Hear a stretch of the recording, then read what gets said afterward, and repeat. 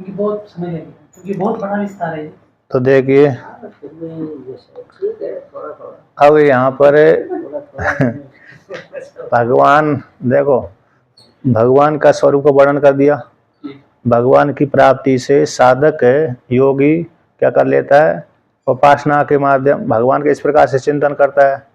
थोड़ा भेदपूर्व अरे क्रम मुक्ति वाला है, थोड़ा भेदपूर्वक उपासना करता था, अभी उसको भोग की वासना है। अथवा अभेद पूर्वक अरे उपासना करता था, अभेद पूर्वक ही उपासना करता था, लेकिन भोग की वांछा बनी हुई थी कि मैं इस प्रकार से भोग भोग करके मोक्ष को प्राप्त हूँ। तो ऐसा जान करके, ऐसा करके उपासना करता था। जैसे ध्रुव ने है ना, ध्रुव जी ने पहले तपस्या करी थी, भोग के लिए करी थी, राजगद्दी के लिए। फिर बाद में फिर उनको ज्ञान, भगवान दर्शन देकर चले गए। बाद में उनको चेतना आई, अरे मैंने भगवान से मोक्ष मांगना चाहिए थी, मैंने क्या मांग लिया, राज्य मांग, थोड़ी सी छोटी सी वस्तु मांगी, राज्य मांगला। तो ऐसे उनके रास्ते में बैराग हो गया उनको। फिर आकाशवाणी ने उनको बोला, भगवान ने बोला कि चिंता मत करो, पहले तुम भोग भोगो, बाद में तुम मेरे को ही प्राप्त हो गए। तो मोक्ष भी हुआ है उनको। तो ध्रुव जी को पहले अरे भोग प्राप्त हुई, उनके राजगद्दी भी प्राप्त हुई, और उस लोक में जाकर के भोग भी मिले। उस लोक में जाकर भोग भोगने के पश्चात मुक्ति भी हुए, विधेय कैवल्य की भी प्राप्ति हुई, दोनों प्रकार के। अब जिसको यहीं पर रहते रहते उसको तीव्र वैराग हो गया था, भोगते भोगते परेशान हो गया, संत महात्मा को संग कर लिया, ऐसों के संग कर लिया जो सीधा अद्वैतवाद की में स्थित रहते थे। किसका, जगत की तरह जिनका मुख है ही नहीं है, तो अद्वैतवाद का ही प्रचार कर रहे थे, उनका साथ संग हो गया। तो संग होती संग का असर हो ही जाता है, तो उसको शीघ्र ही वैराग हो गया जगत के भोगों से। तो उसको यहीं पर रहते रहते ही ज्ञान हो गया, तो उसको सद्य मुक्ति हो गई। तो दो मुक्ति प्रकार, क्रम मुक्ति और सद्य मुक्ति। अब जिसको भोगों की वांछा है, मोक्ष की इच्छा नहीं लेकिन भोगों की वांछा है, तो उसके लिए यहाँ पर वर्णन करते हैं कि व्यक्ति यदि भोगों की वांछा है, कुछ मेरे वस्तु चाहिए, तो इन देवताओं की उपासना करे। इनकी उपासना करने से व्यक्ति को उस प्रकार की फल की प्राप्ति होगी, उसको लेकर कहते हैं। यानी विभिन्न प्रकार के उपासनाओं के लिए विभिन्न प्रकार के देवताओं का वर्णन करना, अपनी कामनाओं के अनुसार देव उपासना का वर्णन, और कामना के अनुसार उस प्रकार देवता की उपासना करो तो उस प्रकार के फल की प्राप्ति होगी। तो श्री शुकवाच एवमेतन्निगदितं पृष्टवान् यद भवान् मम नृणां यन्म्रियमाणानां मनुष्येषु मनीषिणाम्। सुखदेव जी कहते हैं, हे परीक्षित, एवं इस प्रकार से एतन निगदितम पृष्ठवान यद भवान मम, जो आपने मेरे से पूछा था, जो आपने मेरे से पूछा था मैंने आपको कह दिया। यानी मरने वाले व्यक्ति को क्या करना चाहिए, और जो मरने वाला है और जो जीवन धारण कर रहा है उसके लिए क्या करना चाहिए, जो आपने मेरे से प्रश्न किया था, उसको क्या श्रवण करने योग्य, क्या श्रवण भजन करने योग्य है, और क्या कीर्तन करने के योग्य है। तो ये भगवान विष्णु ही भजन करने के योग्य, भगवान विष्णु श्रवण करने के योग्य, भगवान विष्णु ही कीर्तन करने के योग्य हैं। ऐसा मैंने सुना दिया। अब कहते मनुष्यों को, जो कहते यन म्रियमाणा मनुष्यो, यन म्रियमाणा नाम मनुष्य निर्णाम, जो मरने वाले मनुष्य हैं उनको मनुष्य कहते हैं, और मनुष्येषु मनीषिणाम, मनुष्यों के मध्य में जो मनीषी हैं उनके लिए, मनुष्यों के मध्य में जो मनीषी हैं, जो म्रियमाण मनुष्य हैं, दोनों प्रकार के, जो मरने वाले हैं, जो मरने वाले मनुष्य उनके लिए जो पूजा था, और जो विद्वान है उनके लिए, जो मनीषीगण है ना, मनीषीगण का अर्थ हो गया विद्वान हो गया है, बुद्धिमान विद्वान, तो उनके लिए दोनों प्रकार का वर्णन मैंने कर दिया। जो आपने पूछा था कि मरने वाले को क्या करना चाहिए, और जो दीर्घकाल का जीवन है ऐसे उनको क्या करना चाहिए, अथवा जो विद्वान है उनके लिए भी क्या करना चाहिए। तो इस प्रकार से मनुष्य, मरने वालों को इस प्रकार से एक आत्मा का चिंतन करना चाहिए भगवान विष्णु का, और जो विद्वान है उनको भी भगवान विष्णु का ही चिंतन करना चाहिए। इस प्रकार से अभेद पूर्वक चिंतन करता रहना चाहिए। अब कहते हैं आगे, ब्रह्म वर्चस कामस्तु यजेता ब्रह्मणस्पतिम इंद्रियमिंद्रिय कामस्तु प्रजा काम प्रजापति। कहते यदि किसी को तेज की इच्छा है, किसको, ब्रह्म वर्चस्म, तो ब्रह्म वर्चस का अर्थ होता तेज, तो जिसको तेज की इच्छा है, काम यानी इच्छा, तो जिसकी तेज की इच्छा है वो तेज के लिए ब्रह्मा जी का चिंतन करे। किसके चिंतन करे? ब्रह्मा जी की, है नहीं? ब्रह्मणस्पति है, यानी बृहस्पति, ब्राह्मणों के पति, ब्रह्मा के पति है तो बुद्धि के पति, तो बुद्धि बृहस्पति हो गए। तो बुद्धि देवताओं के स्वामी है ना, देवताओं के स्वामी है, देवताओं के पति हैं, देवताओं गुरु है, और ब्राह्मणों के पति हैं, ये भी मान लीजिए, और बुद्धि के स्वामी अधिष्ठात्री देवता है। इस प्रकार से क्योंकि ब्रह्मणस्पति हो गए ना, ब्रह्मणस यानी ब्रह्मा के, तो ब्रह्मा के यानी ब्राह्मणों के पति, यानी ब्राह्मण क्या चाहते हैं? बुद्धि चाहते हैं, तो ब्राह्मणों के पति होने से बृहस्पति हो गए। ठीक है ना। कहते इंद्रिय की इच्छा है, इंद्रिय काम, विषयों को भोगने की इच्छा है, तो प्रजापति की, प्रजापति जो है ना, इंद्रिय काम, नहीं इंद्रिय कामस्तु, इंद्रिय की इच्छा है, बल की इच्छा है तो इंद्र की इच्छा करे। इंद्रिय की, और इंद्रिय की काम है, इंद्र की मतलब क्या है? इंद्र की, इंद्रियों के विशेष शक्ति कामना, क्योंकि बल का अभिमान दिए तो इंद्र है, तो इंद्रिय मतलब बल का, इंद्रियों में विशेष बल आया तो इंद्रियों के विशेष बल के लिए इंद्र देवता की उपासना कर, मतलब बल के लिए, इंद्रियों के द्वारा विषय भोग मेरे प्राप्त होते रहे, ऐसी सामर्थ्य मेरे को प्राप्त हो जाए। क्योंकि इंद्र देवता कैसा? बल का अभिमान देवता है, बल का हाथ, अरे हाथ का अभिमान देवता, हाथ तो इंद्र देवता का है ही है, लेकिन बल का भी है, बल का अभिमानी देवता है। तो बल का अभिमानी देवता होने से तो जिसको बल चाहिए वो इंद्र देवता की उपासना करे। स्पष्ट ये है, इंद्रिय हाथ का अभिमानी देवता तो है ही है, लेकिन साथ साथ किसका अभिमान देता है? बल का। तो बल का जो अभिमान है, इंद्रियों के द्वारा प्राप्त होने वाला बल, वो बल की जो चाहता है, इच्छा करता है, उस ऐसे चाहने वाले व्यक्ति के लिए इंद्र की उपासना करे। और जो कहते हैं प्रजा की कामना चाहता है, यानी संतान में प्राप्त हो, तो प्रजापति की उपासना करे। देवी मायाम तो श्री कामस तेजस कामो विभावसुम वसु कामो वसुन रुद्रान वीर्य कामो तय वीर्यवान। कहते हैं श्री की जिसको इच्छा है, श्री कामस, तो कहते हैं ऐसे श्री कामना वाला व्यक्ति देवी मायाम तो, देवी माया को, यानी मेरी जो माया है उसकी इच्छा करे, है ना। देवी माया, मेरी माया, मेरी माया कौन है? लक्ष्मी है, श्री काम है ना लक्ष्मी, तो श्री मेरी माया शक्ति परमात्मा की, ईश्वर की, विष्णु भगवान की शक्ति है, ऐसी माया की उपासना करे, लक्ष्मी जी, लक्ष्मी माता प्रसन्न हो जाए। देवी माया ना, अरे हरिद्वार में अरे माया देवी का मंदिर है, देखा होगा आपने, तो माया वहाँ की अधिष्ठात्री देवती है, लक्ष्मी बरसाती रहती हैं, तो ऐसी माया देवी की, माया देवी, तो माया देवी की कौन सी माया देवी? लक्ष्मी वाली माया देवी, है ना। ऐसी माया देवी की उपासना करे, श्री की इच्छा जिसको चाहिए। कहते तेज, अरे तेज की इच्छा है वो विभावसु की, तेज को जो कामना करता है वो विभावसु नाम के जो देवता हैं उनकी उपासना करे। वसु कहते हैं अरे धन की इच्छा है तो वसु की उपासना करे। वीर्य की इच्छा है, बड़ा बलवान, तो रुद्रों की उपासना करे। तो क्योंकि रुद्र कैसे है? वीर्यवान है, एकादश रुद्र, रुद्र ही कहो, चाहे एकादश रुद्र कह दो चाहे रुद्र कह दो, हनुमान जी रुद्र एकादश रुद्र में आते हैं। इस प्रकार से जिसको वीर्य की कामना है वो ऐसे वीर्यवान रुद्र की उपासना करे। अन्नाद्य कामस्त्वदिदं तो त्वदितिं स्वर्ग कामो दिते सुतान विश्वान देवान राज्य कामा संध्यान संसाधको विषाम। तो यहाँ पर वर्णन करते हैं, कहते अन्नादि, अन्नपान आदि की जिसकी इच्छा है तो अदिति माता की उपासना करे। कहते हैं स्वर्ग की इच्छा है तो भगवान आदित्य की उपासना करे, तो आदित्य के सुतों की, तो आदित्य के सुत 12 भी हैं, तो आदित्य की सुती में जो 12 आते हैं उस विष्णु भगवान भी आते हैं, इंद्र देवता भी आते हैं, आदित्य भगवान भी आते हैं, क्योंकि आदित्य भगवान भी आदित्य के पुत्र हैं, इंद्र देवता भी आदित्य के पुत्र हैं, भगवान विष्णु भी आदित्य के पुत्र हैं, 52 भगवान तो हैं।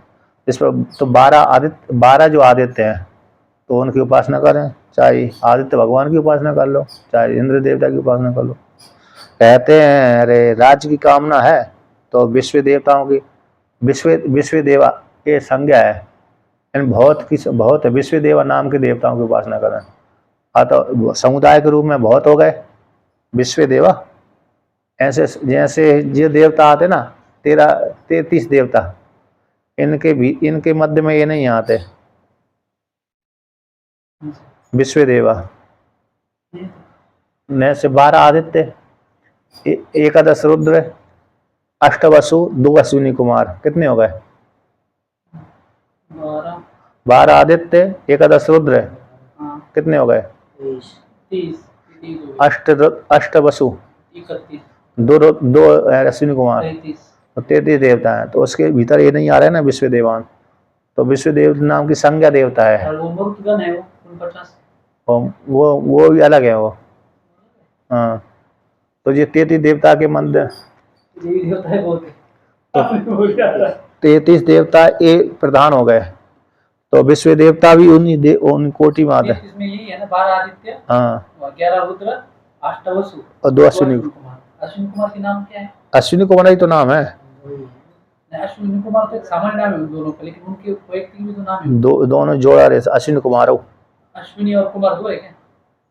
अश्विनी कुमार दोनों से नाम से अश्व से पैदा हुए दोनों कुमार। अश्व से दोनों के। तो इस प्रकार से तो विश्वदेवा, भगवान भास्कर ने एक जगह व्याख्यान किया था विश्वदेवा नाम की संज्ञा। तो समुदाय को ले लीजिए यहाँ पर, क्योंकि बहुवचन का प्रयोग है विश्वान देवान। तो विश्वान देवान अन्य बहुत से देवता है समूह के रूप में रहते हैं। किसके रूप में? समूह, संज्ञा विशेष है देवताओं की, संज्ञा विशेष है, समूह के रूप में रहते हैं और देवता विशेष हैं, स्वर्ग में निवास करते हैं। तो ऐसे विश्वदेव इनके, क्योंकि विश्वदेवा नाम के ऋचा आती ना, विश्व देवता की रुद्री में सारे आते हैं, सारे नाम आते हैं रुद्री में। जितने में 33 देवता हो गए, 8 वसु हुए सारे, और विश्व देवता सारे हो गए। तो ऐसे सारे जो विश्व देवताओं की उपासना करे, किसके लिए? राज्य की इसकी इच्छा है। कहते हैं और कहते हैं संध्यान संसाधको विषाम। यदि कहते हैं अरे किसी प्रजा को अपने अनुकूल बनाना है, प्रजा को अपने अनुकूल बनाने के लिए ना, तो इसके लिए ये इनको उपासना करे, साध्य देवताओं को। किसको? साध्य देवताओं को आराधना करना चाहिए प्रजा को अपने अनुकूल बनाने के लिए। अब राज्य मिल गया तो प्रजा भी अनुकूल होना चाहिए ना, नहीं प्रजा ही विपरीत हो जाए, जो जीता हुआ उसके ऊपर प्रजा विपरीत हो जाए। और बहुत जगह हो जाती थी, जैसे धृष्टद्युम्न ना, सुद्युम्न के ऊपर प्रजा नाराज हो गए थे। मनु महाराज का पहला पुत्र है। मनु महाराज का पहले पुत्र? मनु कौन से मनु के? जो सूर्य पुत्र मनु। अच्छा, वो आदि मनु नहीं, सूर्य पुत्र जो मनु है उनका पहला पुत्र था सुद्युम्न। फिर बाद में इक्ष्वाकु आदि पैदा हुए। तो वो स्त्री बन गया था, आधा स्त्री आधा पुरुष। तो उससे प्रजा दुखी हो गई कि हमको ऐसा राजा नहीं चाहिए। तो उसने भी राज छोड़ कर भाग गए, छोड़ त्याग दे दिया। तो वहाँ का अयोध्या का राजा नहीं बना ना वो। तो उसने अलग जहाँ पर कौशाम्बी नाम की नगरी बसाए थे प्रयागराज के। सूर्य का क्या है वो पुत्र, क्या वो ये सुद्युम्न। इमं विवस्वते योगं प्रोक्तवान् अहं विवस्वान् मनवे प्राह। ये मनु का सूर्य विवस्वत सूर्य ना? हाँ, विवस्वतन सूर्य, विवस्वान। हाँ, उसका पुत्र मनु। अब उसका पुत्र सुद्युम्न। हाँ, वो सुद्युम्न लेना है। हाँ, वही है। सीधा सीधा जो विराट से मनु पैदा हुए वो नहीं लेना क्योंकि वो सीधा विराट से पैदा हुए इस प्रकार से। क्योंकि ये सूर्य भगवान कश्यप ऋषि के पुत्र हैं। तो कश्यप ऋषि, क्योंकि सूर्य वंश परंपरा चली है वो। और क्या, तो हम भी तो कश्यप की संतान है, सब मनुष्य कश्यप की संतान है। उसमें क्या, कश्यप की भी, यात्री की है, वशिष्ठ भगवान की भी है, सबकी है। जिसका कोई गोत्र नहीं, जिसका मालूम नहीं गोत्र, उसके लिए कश्यप गोत्र बोल देना चाहिए। मालूम ही नहीं तो क्या करूं। और क्या, ठीक है कि नहीं महाराज जी, कुछ ना कुछ तो बोलना पड़ता है, सब ऋषि के ही है। तो देखिए, तो संसाधको विषाम, मतलब जिनको यारे प्रजा को अपने अधीन करना है, उसके लिए साध्य देवता की उपासना करना चाहिए। आयुष कामोस्वी नहु देवौ पुष्टि काम इलाम यजेत प्रतिष्ठा काम पुरुषो रोदिसी लोके मातरौ। कहते आयु की कामना है जिसको, तो कहते हैं अश्विनी कुमारों की आराधना करें, क्योंकि स्वर्ग के वैद्य हैं ये। तो वैद्य यंत्र जैसे च्यवन ऋषि को जवानी दे दी इन्होंने। च्यवन ऋषि बुढ़ापे हो गए थे, बूढ़ा हो गए थे, किंतु उन्होंने च्यवन ऋषि की जो पत्नी थी सुकन्या, उसके ऊपर थोड़े इनको परीक्षा ली उन्होंने। तो फिर परीक्षा का कारण और फिर अश्विनी कुमारों को उन्होंने जवान कर दिया, अश्विनी कुमारों ने च्यवन ऋषि को। तो उन्होंने कहा कि मैं आपको आंखें भी लौटा दूंगा और जवानी बना दूंगा, लेकिन हमको क्या मिलेगा? उन्होंने कहा कि मैं तुमको यज्ञ में भागी बना देता हूँ तुमको। उन्होंने कहा हमको एक, तुमको क्या कष्ट है? च्यवन ऋषि ने पूछा, हमको एक ही कष्ट है कि इंद्र देवता हमको अमृत पान नहीं करने देते। तो उन्होंने कहा ठीक है, मैं आपको भागी बना देता हूँ, आप मेरे स्वस्थ कर दो। फिर उन्होंने स्वस्थ कर दिया, जवान बना दिया, और उन्होंने च्यवन ऋषि ने फिर क्या कर दिया, यज्ञ में भाग दिलवा दिया शर्याती राजा को लेकर के। तो इसलिए आयु देने वाले स्वर्ग के वैद्य हैं ये।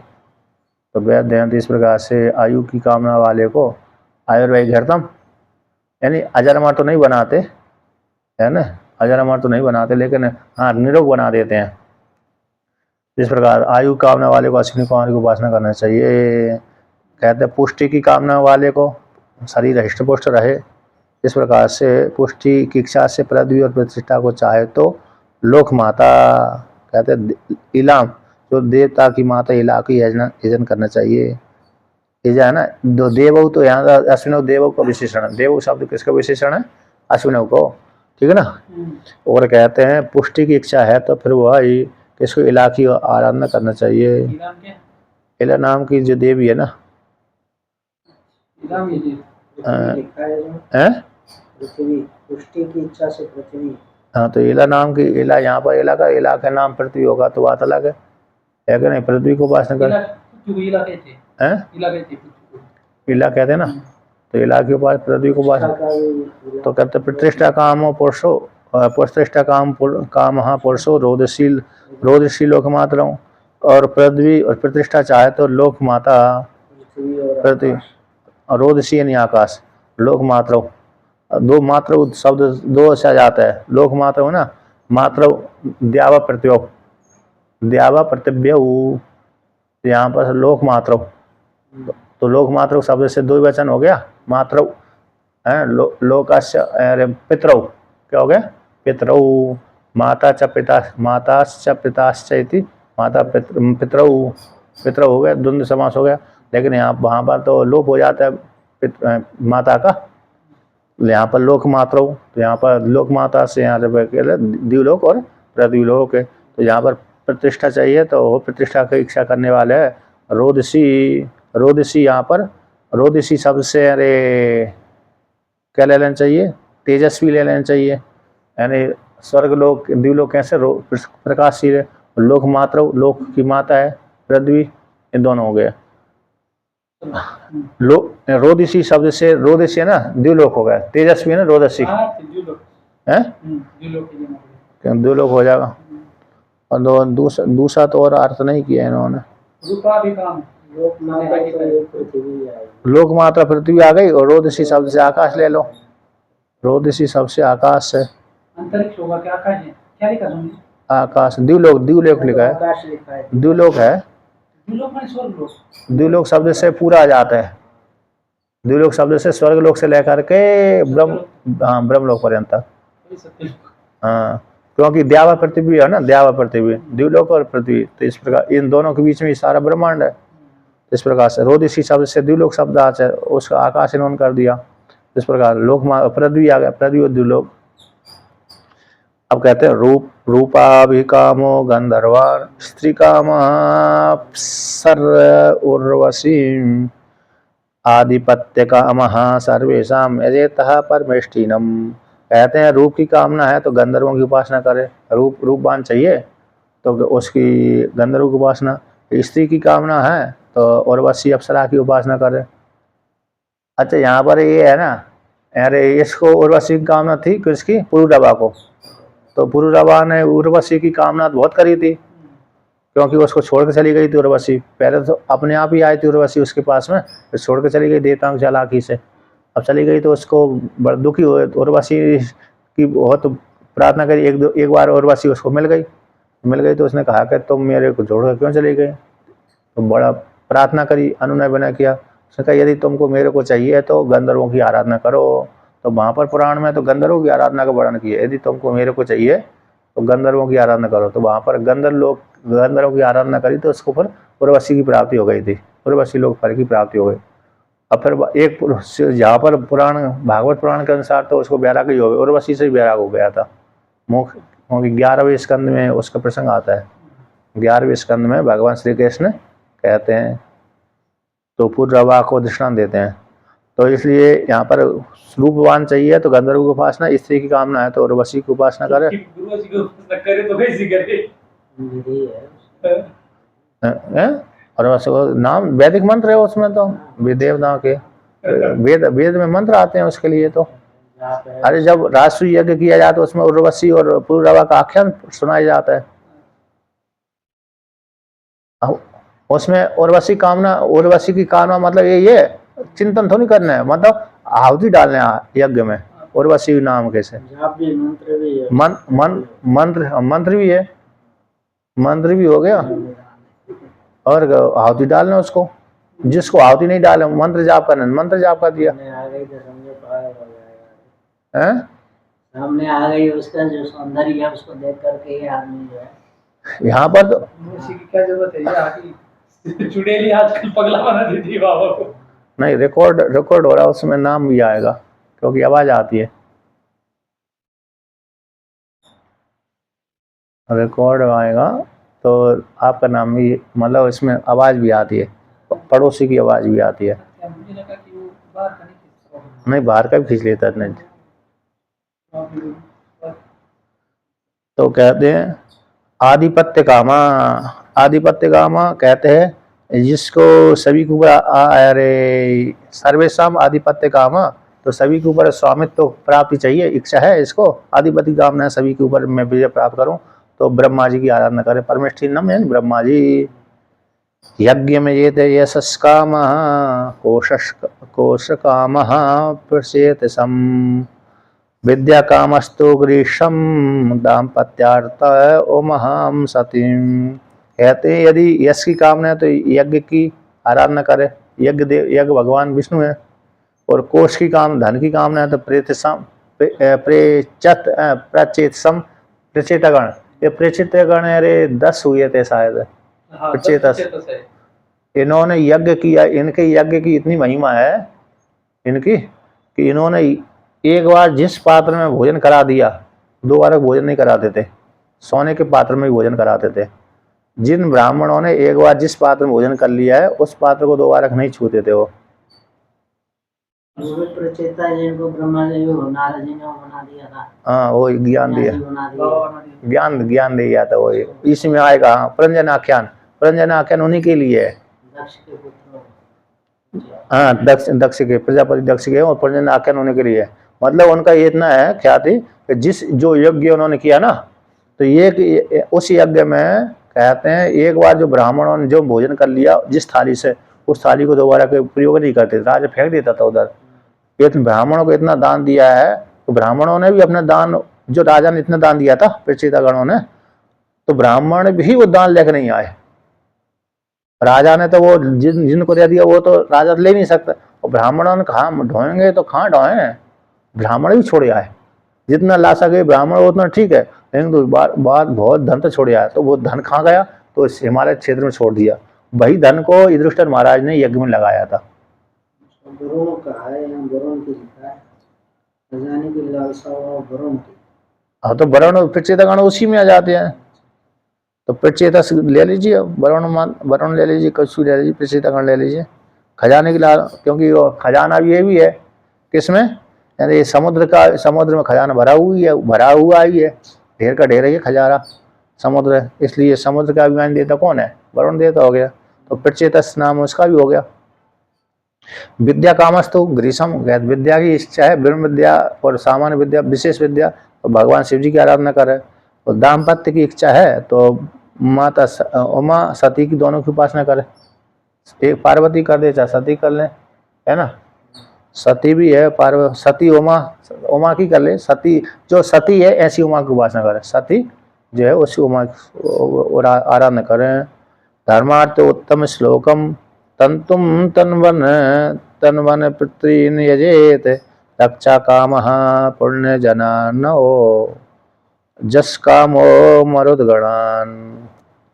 तो कहते हैं यदि धर्म और अर्थ की इच्छा है तो उत्तम श्लोक भगवान विष्णु की आराधना करे। उत्तम श्लोक भगवान विष्णु का नाम है। वो कहते हैं अरे पितरों की वंश परंपरा की इच्छा है ना, तन वन एन तंतु तन तनु तनु विस्तार की इच्छा है संतवन, तो पितरों की उपासना करें। तंतु तनवन, यदि वंश परंपरा की इच्छा है, वंश परंपरा चलती रहे तो पितरों की उपासना करे। रक्षा की इच्छा काम है, रक्षा की कामना है तो पुण्यजन है यक्ष महाजन आई बोलते यक्ष को पुण्यजन है। तो ऐसे उनकी कामना, उनकी उपासना करें।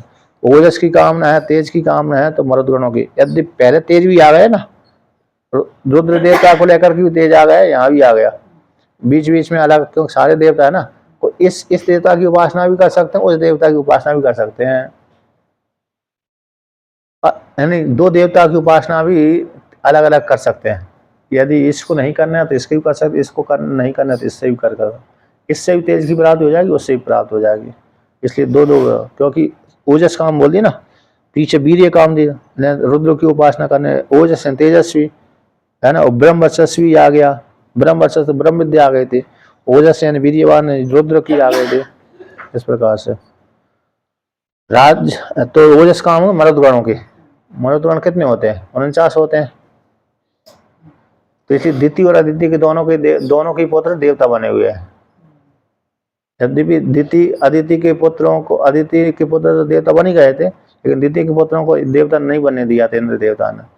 किंतु अंतिम जो पुत्र पैदा हुआ, दिति ने जो पैदा किए एक, लेकिन इंद्र देवता ने चालाकी 60 टुकड़े कर दिए, 7 के पुनः 7 कर दिए, 49 हो गए और नष्ट ही नहीं हुए तपस्या के बल के प्रभाव से। तो फिर इंद्र देवता ने अपने पक्ष में डाल लिया, उन्होंने स्वीकार कर लिया हम तुमसे विरोध नहीं करेंगे। गर्भ में जब विरोध नहीं करेंगे तो उन्होंने कहा ठीक है तुम मेरे भाई बन जाओ, मेरी सहायता करो। तो ठीक है, सहायता करने लगे। तो 49 पुत्र अरे इनके दिति के देवता बन गए। राक्षसों की जो माता थी, राक्षसों की माता नहीं, दैत्यों की माता। राक्षस अलग अलग है। हाँ, राक्षस और दैत्य में बहुत अंतर है। हाँ, राक्षस संज्ञा जिनकी है, खाओ पी लूटो, उनकी राक्षस संज्ञा होती है। और दैत्यों में खाओ पी लूटो लाटो नहीं है। नहीं, उनका है तेजस्वी है, तेज संज्ञा है उनकी, तेजस्वी। लेकिन यदि खाओ पी लूटो मूटो इसका नहीं है। यदि कामना से युक्त होकर के मतलब राज चाहते हैं वो ज्यादा दैत्य तपस्या। और राक्षस संज्ञा अरे इनके पुत्रों की हुई है, पुलस ऋषि के पुत्रों की और ब्रह्मा जी के पुत्रों की। ब्रह्मा जी ने बहुत सी जंतु को उत्पन्न किया था एक बार। तो उत्पन्न करके उनको समुद्र में छोड़ दिया। समुद्र में छोड़ दिया तो उनसे कहा, ब्रह्मा जी ने कहा, उन्होंने सारे पुत्रों ने कहा कि हमको भोजन दीजिए, हमको भोजन दीजिए, भूख लग रही है। तो ब्रह्मा जी ने कहा कि तुम इस समुद्र की रक्षा करो। तो कहते जिन्होंने ब्रह्मा जी ने ऐसे बोल दिया तो किन्हीं पुत्रों ने तो रक्षा करी, तो राक्षस संज्ञा उनकी हो गई। उन्होंने कहा हम इसकी रक्षा नहीं करेंगे, पूजेंगे हम इसको, तो उनकी यक्ष संज्ञा हो गई। जिन्होंने पूजा उनकी यक्ष संज्ञा हो गई, जिन्होंने रक्षा करने का वचन ले लिया उनकी राक्षस संज्ञा हो गई। तो उसी नाम से तो ब्रह्मा जी के पुत्र हैं ये राक्षस और यक्ष। ये कहाँ पर कथा आती है? वाल्मीकि रामायण की है। वाल्मीकि रामायण में पूछा था, राम जी ने प्रश्न कर दिया कि राक्षस तो हमने सुना था पुलस ऋषि की संतान ही राक्षस कहलाती, आप तो कह रहे राक्षस पहले भी हुए थे। तो ब्रह्मा कौन हुए थे, कथा सुनाइए। तो वहां पर यही सुनाई थी, वाल्मीकि रामायण की प्रसंग है। अच्छा, प्रचेता शब्द से अरे वाल्मीकि ऋषि भी आते हैं। वाल्मीकि रामायण में जो प्रचेतागण हैं, प्रचेतस हैं, वो भी आते हैं। और हाँ, वो भी आते हैं प्रचेता शब्द से वरुण देवता भी आते हैं, जो है इस प्रकार से। अच्छा, कौन हो गए ये मरुदगण है ना। तो कौन सी कथा बोल रहा था मैं, कौन सी बोल रहा था? अरे कहाँ की? राक्षस है ना, राक्षस। हाँ, दैत्य तो राक्षस को लेकर का है ना, तो राक्षस फलश ऋषि संतान को भी राक्षस कहते हैं। और भगवान ब्रह्मा जी के भी मानस पुत्र हुए जो, उनकी संज्ञा भी यक्ष और राक्षस हुई, ब्रह्मा जी से चले हुए परंपरा। तो वो जो राक्षस संज्ञा होती है वो पराया करके खाओ पियो लूटो, उनकी ये संज्ञा होती है। आज की मिलेक्सियों की जो संज्ञा है ना, वही राक्षस की संज्ञा है। तो मिलेक्स ऐसी है, खाओ पियो दूसरी संबल लूटो। और कहते हैं राज्य कामो मनुन देवान नृतिम तभी चरण यजेत काम कामयेत सोमम अकामः पुरुषम परम। अच्छा, यहाँ पर आप पढ़ोगे कैसे पढ़ोगे? काम कामो यजेत सोम मकामः पुरुषम परम, इसको कैसे पढ़ोगे आप? पढ़ के बताओ। छंद में? हाँ, छंद में नवा का दूसरी पंक्ति। काम कामो यजेत सोम मकामः पुरुषम परम। अच्छा, सोमम ऐसे नहीं निकालोगे? नहीं। क्यों? सोम वही तक ले लो, निकालोगे तो विग्रह करेंगे तो फिर एक एक पद आपको अलग करना पड़ेगा। तो लेकिन ये जब छंदबद्ध पढ़ना है तो अक्षर को इधर उधर ही करना पड़ता है। आप पद के हिसाब से नहीं लिख सकते छंद में, नहीं तो कहेंगे वो पद तो वहां तक पूरा होता है तो आप पद लेंगे, ऐसा नहीं होता छंद में। छंद में अक्षरों की गिनती होती है, अक्षरों की गिनती होती है, लेकिन यहाँ और जब आप अन्वय करेंगे तब पद की गिनती होगी। नहीं, जैसे हमने सोमम अकामः ऐसा करेंगे। नहीं, हमने ऐसे यहाँ तक पढ़ दिया क्योंकि अनुष्ठुप छंद में है ना 8 अक्षर तक यहाँ पर पूरा हो रहा है। तो काम कामो यजे सोमम अकामः पुरुषम परम, ऐसा भी हो सकता है। और क्या, लेकिन क्योंकि अनुष्ठुप हो रहा है ना, यहाँ पर अनुष्ठुप 8 अक्षर तक जा रहा है, अकाम अलग कर दिया। स्वामी जी तो यार इस साथ ही बोलते हैं, मतलब ऐसे तोड़ते नहीं है, ऐसे बोलते हैं, ऐसे है कि नहीं, वो ऐसे ही बोलते हैं काम काम ये सोम मकाम पुरुषम परम, ऐसा स्वामी जी बोलते हैं। मैं वैसे ही तो बोला, आपने ऐसे ही बोला था। तो मेरा दोनों प्रकाश है, मेरा तो आपकी बात भी सही है, हमारी बात भी सही है। हम बोलते हैं छंद के हिसाब से, आप बोलते हैं अर्थ के हिसाब से, अन्वय के हिसाब से। नहीं, मैं तो यहाँ पर आगे 8 अक्षर निकाल देता हूँ ना, तो संधि विच्छेद कर दिया मैंने उसका प्रकाश है। चलो, तो काम काम ये सोमम है ना, जो काम की इच्छा है, जिसको काम चाहिए, मतलब है राज्य कामो मनु देवान। आप जो कह रहे ना 8 अक्षर का, तो वो जो हम जो बोले वो 8 अक्षर का ही बोले ना, का देखिए काम नहीं, चार हो गए। वो तो मैंने भी तो कामम, हमने भी 8 ही बोले ना, अलंत कर दिया उसको, तो और अकाम अलग कर दिया। अकामा करो चाहे मकामा करो, उसमें कोई 8 अक्षर ही भरेंगे। तो देखिए राज्य कामो मनु देवान, तो मनु राज की जिसकी इच्छा है। अच्छा, पहले भी राज की इच्छा आ गई थी, है ना, कई बार आधिपत्य विश्व देवान राज्य काम आ गया ना, वहां भी आ गए, यहाँ भी है राज। थोड़ा अंतर हो, तो मतलब ये है कि देवता अलग अलग देवता है ना, तो इनकी देवता से ही वो फल की प्राप्ति हो जाएगी, तो इसका ये जान लेना चाहिए। तो राज्य का मनु देवान, तो राज्य की इच्छा है तो मनु देवताओं को उपासना करे, और अविचार की, किसी को अविचार करने की इच्छा है तो नृत्य देवता की उपासना करे। अविचार मंत्र, अरे किसी को उच्चाटन करना, भगाना है, लड़ाई झगड़ा करवाना, मारना है, अविचार मंत्र कहलाता। उच्चाटन मारना आप चाहो तो अभी आप भी सीख सकते हो, हैं?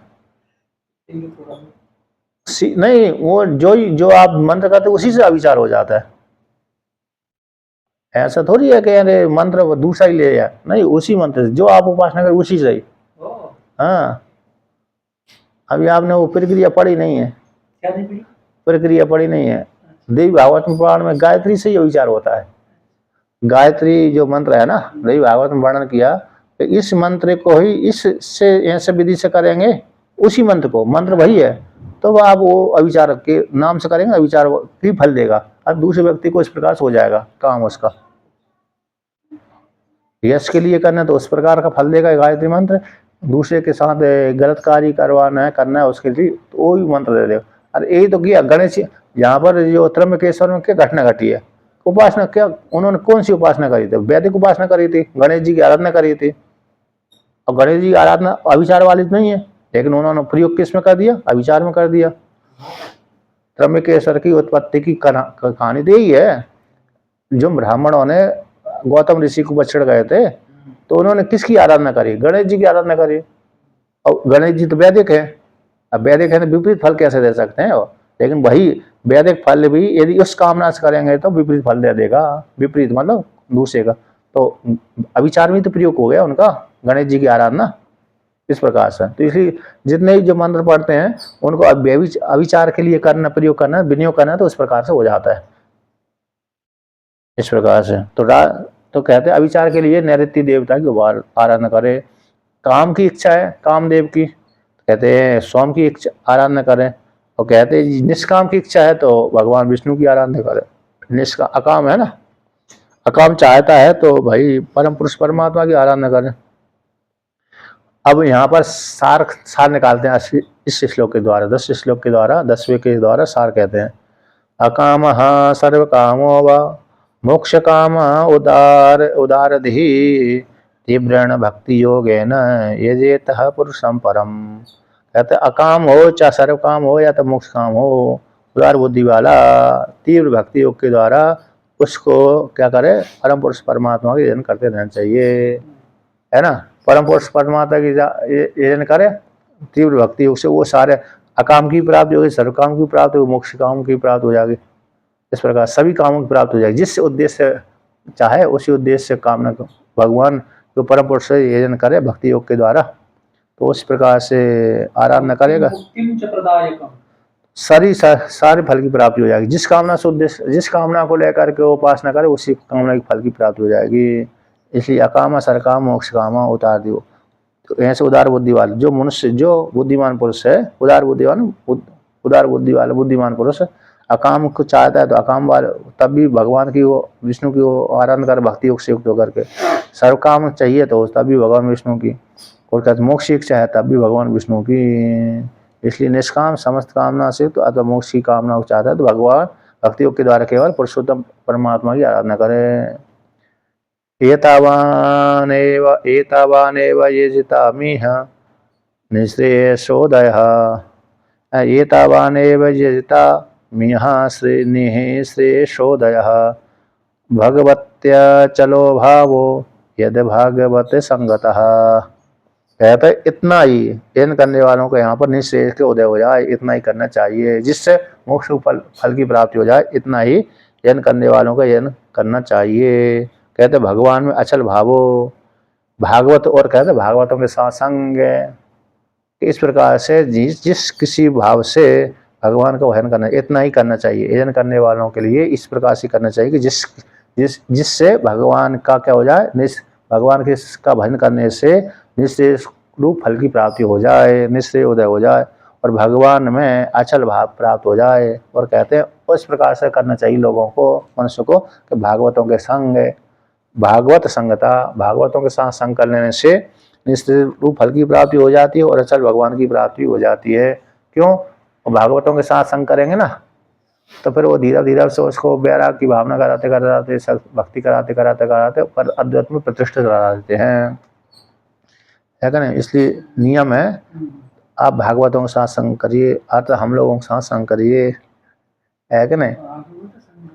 भागवत संगता, तो भागवत लोग हैं तो मतलब भागवत के, भगवान के भक्ति करने वाले को भागवत है, भगवान के चिन्हों को धारण करने वाले को भागवत कहते हैं। चिन्हों की भी धारण करने वाला होना चाहिए और फिर उनकी भक्ति भी करने वाला होना चाहिए, तभी भागवत कहलाएगा। चिन्ह ही नहीं धारण करता है तो कैसे मानेंगे उसको भागवत कह रहे हैं। और भजन भी नहीं करता है, चिन्ह धारण करता है लेकिन भजन नहीं करता, तब भी नहीं मान सकते। हाँ थोड़ा थोड़ा गुण है बस अकेला, चिन्ह से भी बहुत अच्छा, मतलब बहुत फायदा पड़ता है चिन्ह से भी, क्योंकि चिन्ह का आता है कि चिन्ह जो इस प्रकार धारण, तिलक लगाते ना, ऊर्ध्वपुंड अथवा त्रिपुंड, तो उसका भी महानपूर्ण फल मिलता है। इसलिए तो ऐसे भागवत धर्मों के साथ संग करने से इस प्रकार की फल की प्राप्ति हो जाती है। यानी भगवान में अचल भाव की प्राप्ति हो जाती है। भगवान में कैसे हो जाती है? अचल भाव की प्राप्ति हो जाती है, अचल प्रेम प्राप्त हो जाता है, जो भी है निश्रेय की प्राप्ति हो जाती है। और यजन करने वालों को इतना ही, यही बड़ा लाभ है, यजन करने वालों को इतना ही बड़ा लाभ है, इतना ही है, इतना ही करना चाहिए जिससे निश्रेय प्राप्त की, निश्रेय उदय, निश्रेय से मोक्ष, निश्रेय की प्राप्ति हो जाए, यही यजन करने वालों को इसलिए परम कल्याण है। भगवान में अचल भाव हो जाए, भगवान के भक्तों के साथ संग करने से। ज्ञानम यदह प्रतिनिवृत्ति गुणोर्मी चक्र महात्म्य प्रसाद यत्र उत यत्र गुणेश्व संगः कैवल्य सम्मत पतस्तथा भक्ति योगः को निर्वृतो हरिकथा सुरतिम न कुर्यात्। अच्छा, पहली जो लान है ना, उसका संधि विच्छेद करो। कौन सी? ज्ञानम यदा प्रति, ज्ञानम यदा प्रतिनिवृत्त गुणोर्मी चक्र, गुणा उर्मी चक्र। आपने हिंदी देख लिया आपने तो? हिंदी नहीं देखी? प्रतिनिवृत्त गुण नहीं देखी हिंदी? वाह, आपने संधि कैसे कर दी है? इन्होंने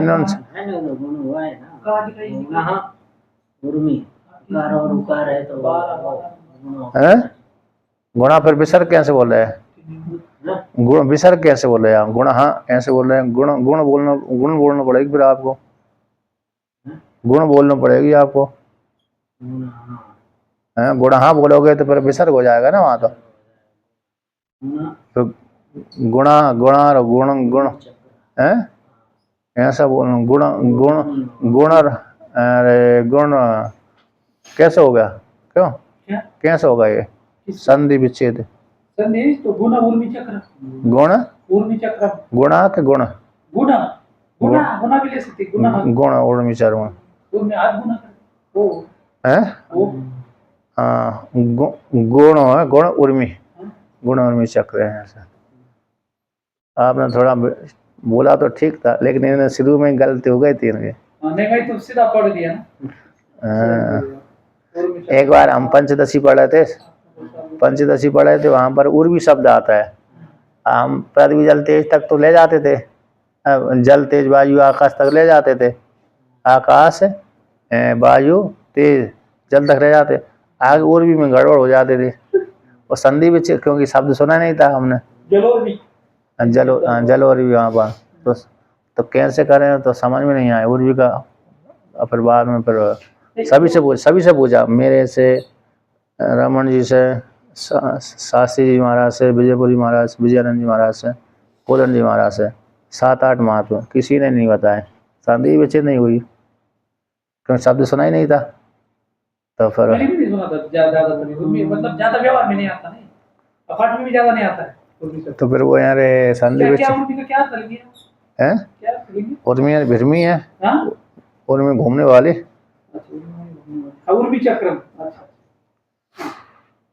तो यहाँ पर कहते हैं यदा ज्ञानम, यद इस प्रकार कहता जो निर्विशेष ज्ञान की प्राप्ति हो जाती है कि प्रतिनिवृत्त गुण उर्मी चक्रम, तो जो गुण घूमते रहे त्रिगुणात्मक, जो चक्र के उर्मी के जैसे, उर्मी भिरमी, तो उर्मी भिरमी होती हैं। उर्मियाँ जो समुद्र में उठती रहती हैं, समुद्र में, और वैसे भी चक्रियाँ घूमती रहती हैं, चक्र घूमती रहती है वहाँ पर समुद्र में। उर्मियाँ लहरें उठती रहती हैं, तरंग चक्र निकलती है, तो घूमती रहती है उर्मी चक्र। तो चक्र है उर्मियाँ, बीची तरंग ने। तो जैसे प्रति जो कहते प्रतिनिवृत्त गुणोर्मी चक्रम कहते हैं, जो इस प्रकार से आत्मा के प्रसाद से, आत्म प्रसाद के उदय हो जाने पर, तो गुणों के कारण जो उर्मी चक्र आ रहा है वो उसकी निवृत्ति हो जाती है। जब इनकी उर्मी चक्र, संसार रूप जो चक्र है, संसार रूप चक्र जब कैसे निवृत्त हो जाता है, और यदा जिस काल में आत्मा के प्रसाद के कारण, यानी गुणों में कहते गुणों का यत्र जिस काल में, यत्र जहाँ पर गुणों के द्वारा उत्पन्न होने वाला जो उर्मी चक्र है, उस चक्र कैसे निवृत्त यत्र जिस काल में हो जाता है, उस काल में ज्ञानम, क्या ज्ञान रूप फल की प्राप्ति हो जाती है। दुर्लभ जो ज्ञान मोक्ष ज्ञान है उसकी प्राप्ति हो जाती है। हे अंग असंग है, गुणेशु असंग, अगर गुणेशु असंग है ना, गुणों में जब आसक्ति रहित हो जाता है, गुणों में क्या हो जाती है आसक्ति। आत्मा के प्रसाद के कारण आत्मा जब प्रसन्न हो गया, यानी अंतःकरण शुद्ध साफ हो गया, निर्मल हो गया, उसी निर्मल अंतःकरण में ईश्वर की कृपा से ले लीजिए, और शुद्ध अंतःकरण में कहते हैं ज्ञानम पैदा हो जाते हैं। और ज्ञान पैदा हो जाने के कारण तो कहते प्रतिनिवृत्त गुणोर्मी चक्रम, जो संसार को भटकाने वाली अविद्या जो उर्मी चक्र है उसकी निवृत्ति हो जाती है, और गुणों में आसक्ति रहित हो जाता है। गुणों में वो साधक कैसे गुणों में कैसे असंग हो जाता है, गुणों के प्रति। उस काल में कैवल्यम कहते सम्मत पतस्तु भक्ति होगा। तो जो केवल है, केवल मोक्ष फल है, केवल रूप मार्ग में तू अत है ना, तू केवल मार्गस्तु अत, तो केवल मार्ग भाव को प्राप्त हो जाता है भक्ति योग के माध्यम से।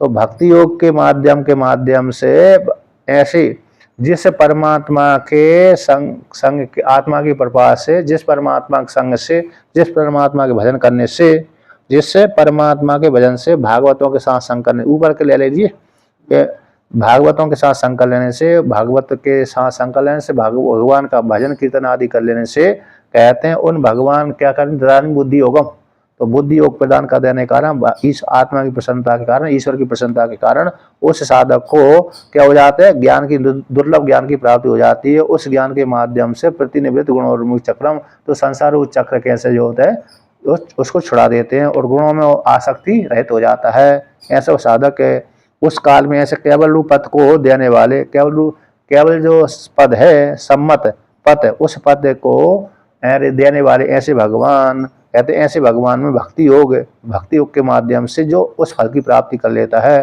तो को निर्वृतो हरिकथासु रतिम न कुर्यात्, ऐसा कौन व्यक्ति होगा जो हरिकथा के माध्यम से हरिकथा में रमण नहीं करेगा, जो केवल रूप पद को देने वाले, निर्बल ज्ञान को देने वाले हैं, ऐसा कौन व्यक्ति होगा, ऐसे हरिकथा को श्रवण करने में रति न कुर्यात्, प्रेम न करेगा, जो भगवान संसार रूप सागर को हटाने वाले हैं।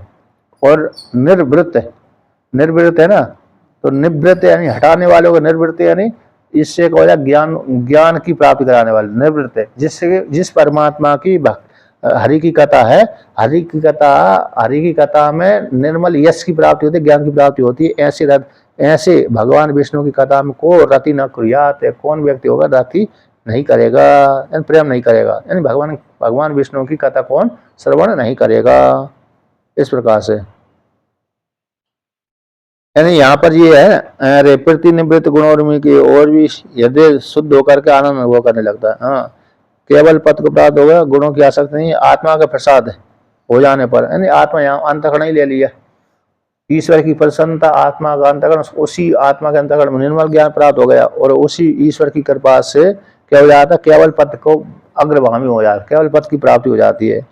और संसार चक्र कैसे छुटकारा दिला देते हैं, संसार चक्र से छुटकारा प्राप्त हो जाता है। तो ऐसे संसार चक्र को छुड़ाने वाले जो भगवान की कथा है, उस कथा में कौन व्यक्ति होगा जो रमण नहीं करेगा, कौन व्यक्ति होगा उस कथा को श्रवण नहीं करेगा। इस प्रकार जो आनंद को देने वाली है ऐसी कथा, ऐसी भगवान विष्णु की।